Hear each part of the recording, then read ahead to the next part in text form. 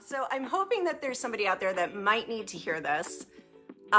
This is something that I have personally been on a journey to sort of get a handle on, learn how to manage it. I don't think we ever actually get rid of negative self-talk. I think we all have it. I think it's something that we unexpectedly just creeps into our minds and into our heads, and then it like runs the show, right? Like, who's with me? So then that negative thought that pops in your head, or that somebody said, or that you heard, or that you thought somebody was thinking, pops in your head, and then kabosh, right? Like, your day's ruined, your moment's ruined, you know, you're not enough, you can't do this, all that stuff, right? This has been probably my biggest enemy.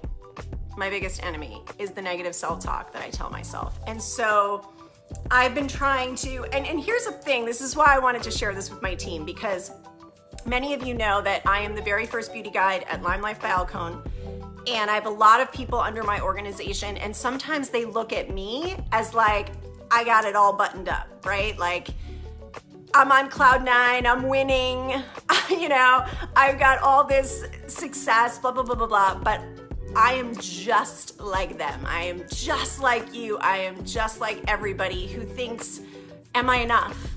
Am I worthy of good things? Am I lovable?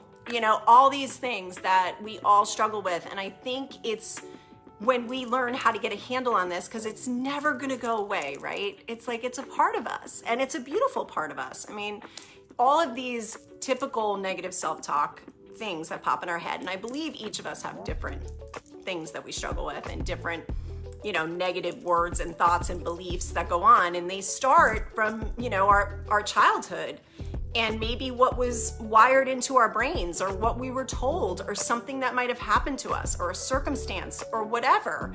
And it's kind of hardwired. So I've for a long time thought that I could just one day wake up and it be gone. You know, I could be like, oh, I feel worthy. I feel like I'm enough. I feel pretty. I feel skinny enough.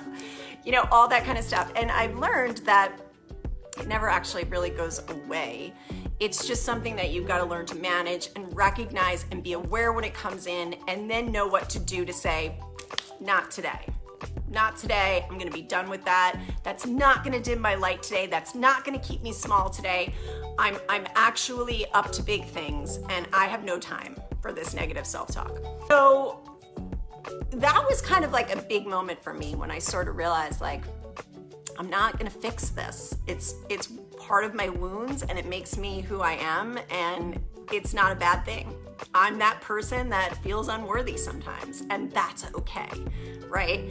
But to keep it running the show, and to keep it winning, and to keep it telling you that you can't do this, and that there's, you know, this is as good as it gets, and all of those things, like, it's so infuriating to me, because I have learned through this incredible community, through working with these incredible people, through building my own successful business over the years, that we are limitless.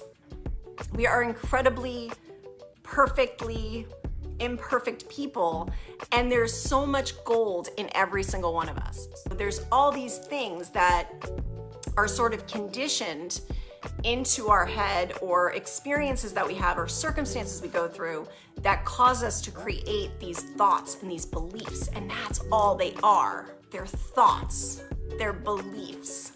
They're not truth. It's all rooted in this negative self-talk, which just keeps dimming people's light.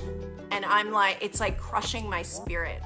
I had to identify some of these things, that these false beliefs, these stories that I was telling myself that were really, I mean, strong, like strong stories, okay? So really were running the show for me. Were just that. It was a story. It was from the past. And is that true today?